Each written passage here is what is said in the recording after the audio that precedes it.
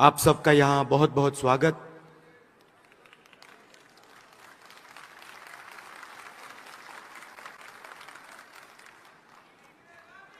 मैं आपके भाषण सुन रहा था।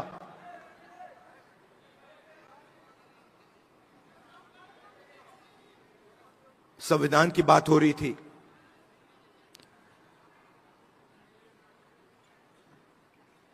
और जब हम इस किताब को देखते हैं,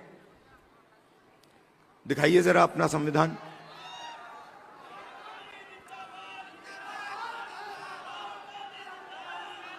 ये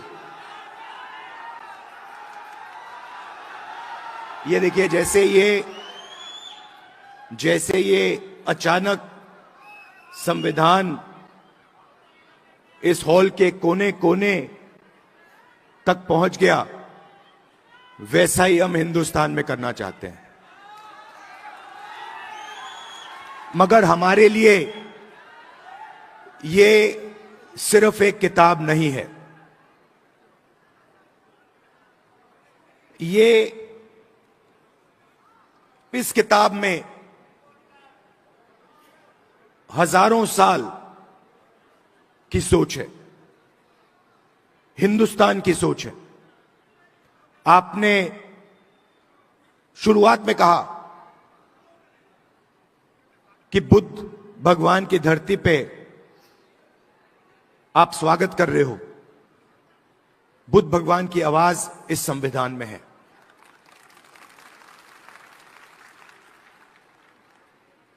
और हर स्टेट में जो बड़े से बड़े महापुरुष हुए हैं, चाहे नारायण गुरु जी हों, बसवना जी हों, फूले जी हों, गांधी जी हों, अंबेडकर जी हों, इन सब की आवाज इस संविधान में है। मगर सिर्फ उनकी आवाज इस संविधान में नहीं है। इस संविधान में एक और चीज है। इस संविधान में जो हजारों साल से इस देश में दलितों को, पिछड़ों को, आदिवासियों को, उनके खिलाफ जो अन्याय किया गया, जो लाखों करोड़ों रुपए, लाखों करोड़ों लोगों का जो दर्द है, दुख है, वो भी इस संविधान के अंदर आज तक है।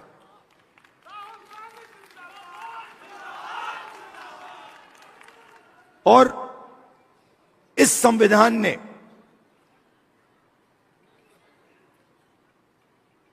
उस दर्द को पूरी तरह नहीं, मगर थोड़ा सा कम किया है।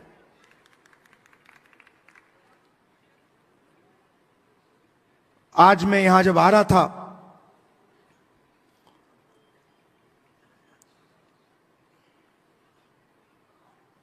गंगा जी की ओर मैंने देखा, गाड़ी में बातचीत हो रही थी और मैं सोच रहा था कि ये लगती तो एक नदी है,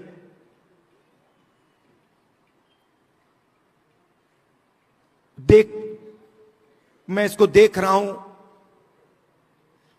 एक नदी दिख रही है, मगर इसका पानी, इस नदी का पानी सब जगह है। अगर आपने आज सुबह पानी पिया तो वो आपके अंदर है, आपके खून में है। अगर आपने आज सुबह रोटी खाई तो उस रोटी में था। वैसे ही ये इस संविधान का विजन वही था। हम चाहते थे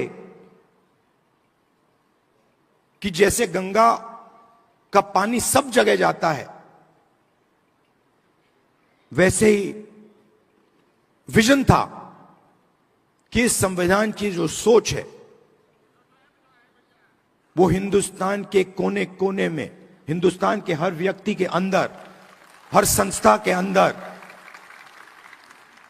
जैसे गंगा का पानी जाता है वैसे जाए।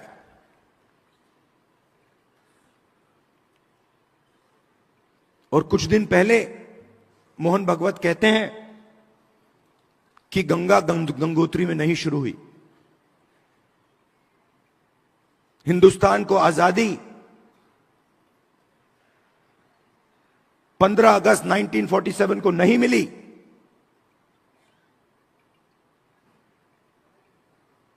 बाद में मिली।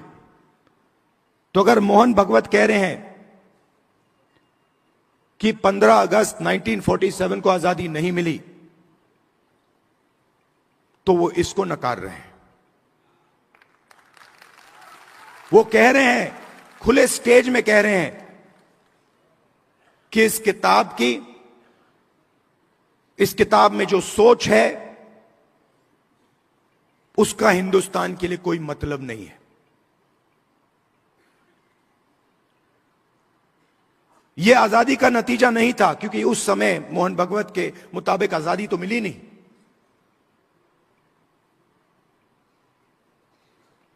और इसकी सोच को, अंबेडकर जी की सोच को, गांधी जी की सोच को, बुद्ध भगवान की सोच को, फूले जी को सोच को वो मिटाने लगे हैं। हिंदुस्तान की हर संस्था से, हर इंस्टीट्यूशन से, फाइनेंशियल सिस्टम से, इकोनॉमिक सिस्टम से, पॉलिटिकल सिस्टम से, सोशल स्ट्रक्चर से मिटा रहे हैं उसको। आप मुझे बताओ इस किताब में कहां लिखा है कि हिंदुस्तान का पूरा धन 2-3 आदमियों के हाथ में जाना चाहिए? कहां लिखा है इस किताब में?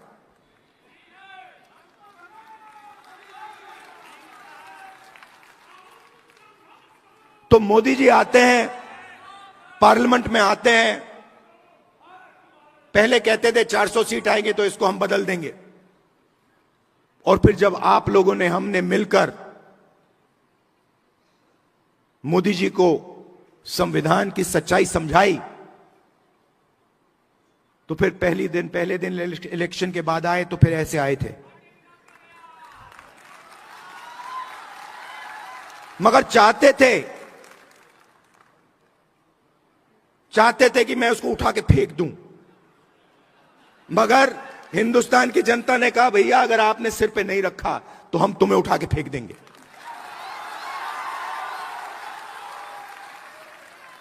तो इसलिए प्रधानमंत्री ने इसको यहां रखा, मत्था टेका, अंदर चले गए और फिर अपना काम फिर से शुरू कर दिया। मैं आपको 2-3 आंकड़े देना चाहता हूं।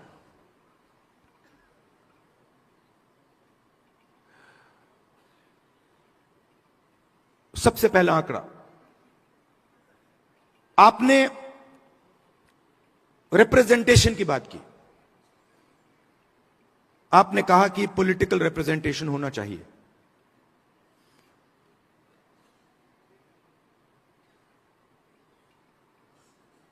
आज के हिंदुस्तान में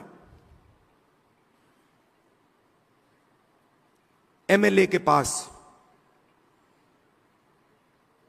मेंबर ऑफ पार्लियामेंट के पास कोई पावर नहीं है। मैं मिलता हूं लोकसभा में बीजेपी के पिछड़े वर्ग के एमपी से, दलित एमपी से, आदिवासी मेंबर ऑफ पार्लियामेंट से। वो मुझे कहते हैं भैया हमें पिंजरे में बंद करके यहां टांग रखा है।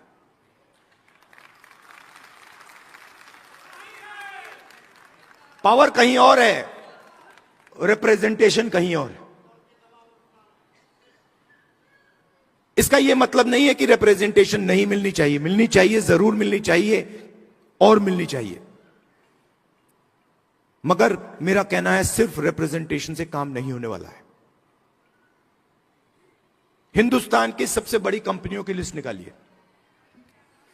अदानी, अंबानी, टाटा, बिरला, लिस्ट निकालिए। 500 कंपनी की लिस्ट निकालिए। इनको हिंदुस्तान की सरकार देश का पूरा धन पकड़ा रहा है। एयरपोर्ट्स, पोर्ट्स, सेलफोन,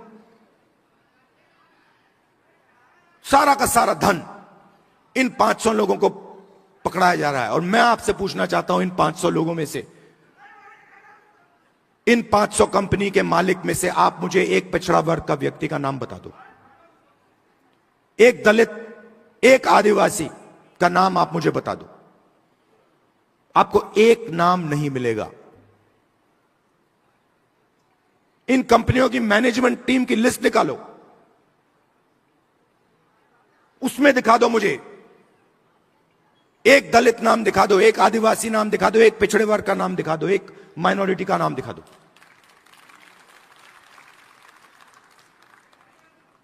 मीडिया में देखिए, एंकर्स की लिस्ट निकालिए, मालिकों की लिस्ट निकालिए। 20-25 कंपनियां, मीडिया की कंपनियां पूरा नैरेटिव बनाती हैं, हिंदुस्तान का नैरेटिव बनाती हैं। उसमें किसान की कभी बात नहीं होगी, पिछड़ों की कभी बात नहीं होगी, दलितों की बात नहीं होगी, मजदूर की बात नहीं होगी।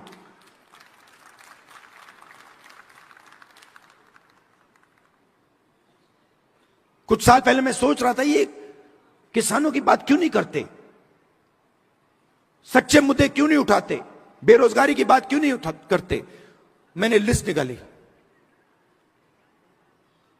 देखता हूं ये है कौन। मालिकों में आपको एक ओबीसी नहीं मिलेगा, एक दलित नहीं मिलेगा, एक पिछड़े वर्ग का व्यक्ति में नहीं मिलेगा। है ही नहीं उसमें, आपके लोग है ही नहीं उसमें। आप प्राइवेटाइजेशन की बात होती है। आप मुझे बताओ, कौन सी प्राइवेट कंपनी में दलित, आदिवासी, पिछड़े वर्ग के लोग मालिक हैं, मुझे बताओ।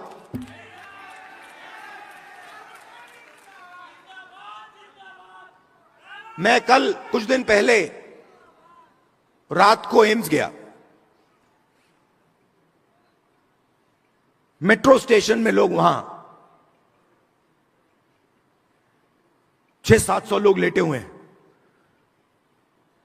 किसी को कैंसर हुआ है,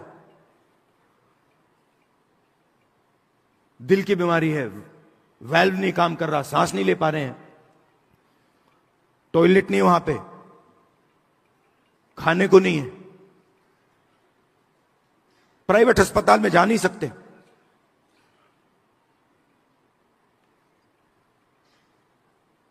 पूरा का पूरा सिस्टम, चाहे वो प्राइवेट अस्पताल हो, शिक्षा का सिस्टम हो, स्वास्थ्य का सिस्टम हो, बिजनेस का सिस्टम हो, आपके लोग हैं ही नहीं उसमें। आपने लड़ाई लड़ी, बहुत अच्छी लड़ाई लड़ी, और राजनीतिक रिप्रेजेंटेशन आपने पा लिया। मगर अगर मैं आपको सच्चाई बताऊं तो आपको सत्ता कहीं नहीं मिली।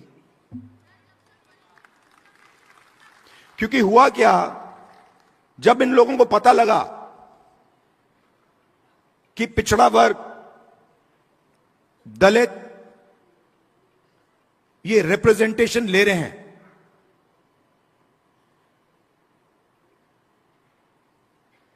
तो इन्होंने रिप्रेजेंटेशन आपको दे दी, मगर पावर कहीं और ले गए।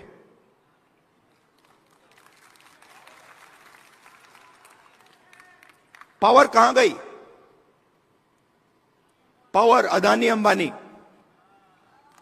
पावर आरएसएस, हर संस्था में अपने लोगों को डाल देते हैं। मैंने लिस्ट बनाई, आरएसएस के जो अपॉइंटीज हैं, हजारों अपॉइंटीज होते हैं सरकार में, बोर्ड, कॉर्पोरेशन, गवर्नर, हजारों होते हैं। मैंने लिस्ट निकाली, ये आरएसएस सत्ता के सिस्टम में किसको डाल रहा है। उसमें आपको एक पिछड़े वर्ग का नहीं मिलेगा, एक दलित नहीं मिलेगा, एक आदिवासी नहीं मिलेगा।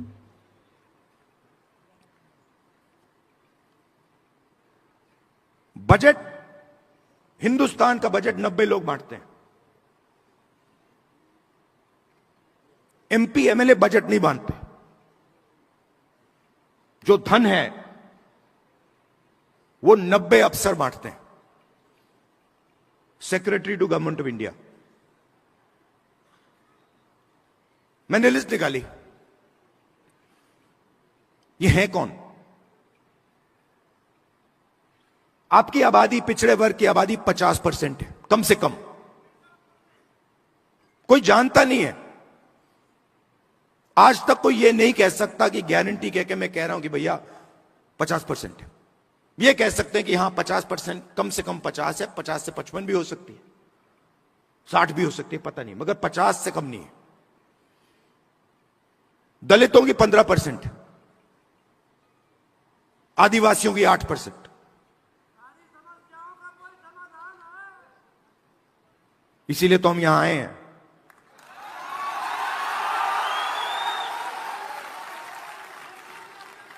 तो तकरीबन 90% दलित, आदिवासी, पिछड़े वर्ग के लोग माइनॉरिटी हैं। और अगर आप उन अफसरों की लिस्ट देखें तो 90 में से 3 ओबीसी वर्ग के हैं। आपकी आबादी 50%, 90 में से 3 आपके। और अगर हिंदुस्तान की सरकार 100 रुपए खर्च करती है बजट में, 100 रुपए बांटती है, तो ओबीसी अफसर 5 रुपए का निर्णय लेते हैं। आबादी 50%, बजट में भागीदारी 5%। दलित 15%, उनके भी 3 अफसर, 100 रुपए बंटते हैं, 1 रुपया उनका अफसर निर्णय लेता है, 1 रुपए का। आदिवासी 8%, 8% आबादी, 100 रुपए में से 10 पैसे की भागीदारी। तो अब आप सब मिला लो, सब मिलाकर 100 रुपए में से 6 रुपए 10 पैसे का निर्णय आप लोग लेते हो। माइनॉरिटी भी उसमें ही है, वो भी उसी में है।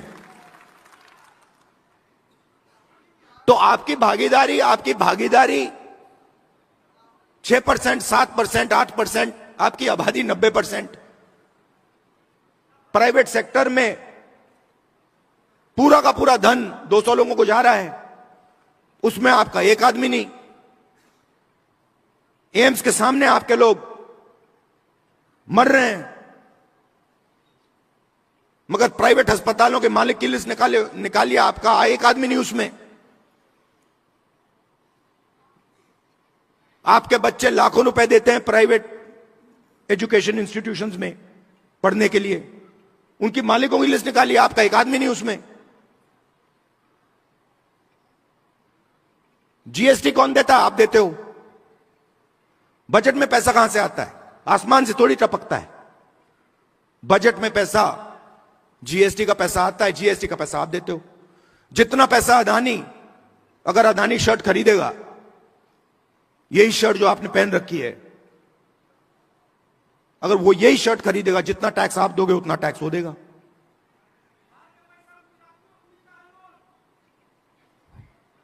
तो हो क्या रहा है?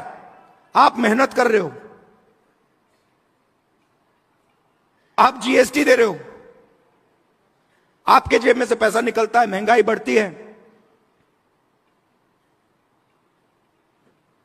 आपका पैसा कहां जाता है? प्राइवेट अस्पताल में जाता है, प्राइवेट यूनिवर्सिटियों में जाता है, सीधा ट्रांसफर हो रहा है। दलित, आदिवासी, पिछड़े वर्ग, माइनॉरिटीज, आपके जेब में से पैसा ट्रांसफर हो रहा है बस, और आप देखते रह रहे हो। यह प्रॉब्लम है। अब पहला कदम हमारे लिए क्या है, मैं आपको बता देता हूं। पहला कदम हमें यह पता लगाना है कि सच्ची स्थिति क्या है। सच्ची सिचुएशन क्या है? जाति जनगणना, और हम छोड़ने वाले नहीं है। और ये बिहार वाला जाति जनगणना नहीं, ये फेक जो जाति जनगणना इन्होंने किया है लोगों को बेवकूफ बनाने वाला, ये नहीं। और जाति जनगणना के बाद आप क्या एक्शन लेंगे वो सबसे जरूरी है। जाति जनगणना क्या है? जाति जनगणना एक्सरे जैसा है। किसी को चोट लगती है, डॉक्टर के पास जाता है, कहते हैं डॉक्टर मेरे हाथ में दर्द है। डॉक्टर एक्सरे करता है, कहता है हां हाथ टूटा हुआ है। तो जाति जनगणना एक्सरे एमआरआई जैसी चीज है। उससे दूध का दूध पानी का पानी हो जाएगा। सबको पता लग जाएगा हमारी आबादी इतनी है, भागीदारी इतनी है। मगर उसके बाद जाति जनगणना के बेसिस पे पॉलिसी बननी चाहिए। तो हमारा विजन क्या है कि हिंदुस्तान का पूरा जो सिस्टम है जो कोलैप्स कर रहा है, क्यों कोलैप्स कर रहा है? क्योंकि अन्याय है। गरीब लोगों के पास रोजगार नहीं है, किसान को सही आमदनी नहीं मिलती, मजदूर को सही कॉम्पेंसेशन नहीं मिलती। क्यों? क्योंकि पूरा का पूरा धन वही 10-15 लोगों के हाथ में जा रहा है। तो एक बार जाति जनगणना होगा, हमें पता लग जाएगा कि किसकी कितनी आबादी है और हिंदुस्तान के सिस्टम में उसकी कितनी भागीदारी है। प्राइवेट अस्पतालों में कितनी भागीदारी है, कॉलेजेस यूनिवर्सिटीज में कितनी भागीदारी है, मीडिया में कितनी भागीदारी है, कॉर्पोरेट इंडिया में कितनी भागीदारी है, ब्यूरोक्रेसी में कितनी भागीदारी है। और उसके बाद हम सही प्रकार से विकास की बात कर पाएंगे। बिना जाति जनगणना विकास की सही तरीके से बात नहीं की जा सकती है। तो इसीलिए मैंने पार्लियामेंट हाउस में कहा है, साफ कहा है कि चाहे कुछ भी हो जाए, मोदी जी के सामने मैंने कहा है, चाहे कुछ भी हो जाए, कांग्रेस पार्टी इसी लोकसभा में और राज्यसभा में जाति जनगणना आपके मुंह के सामने पास करेगी।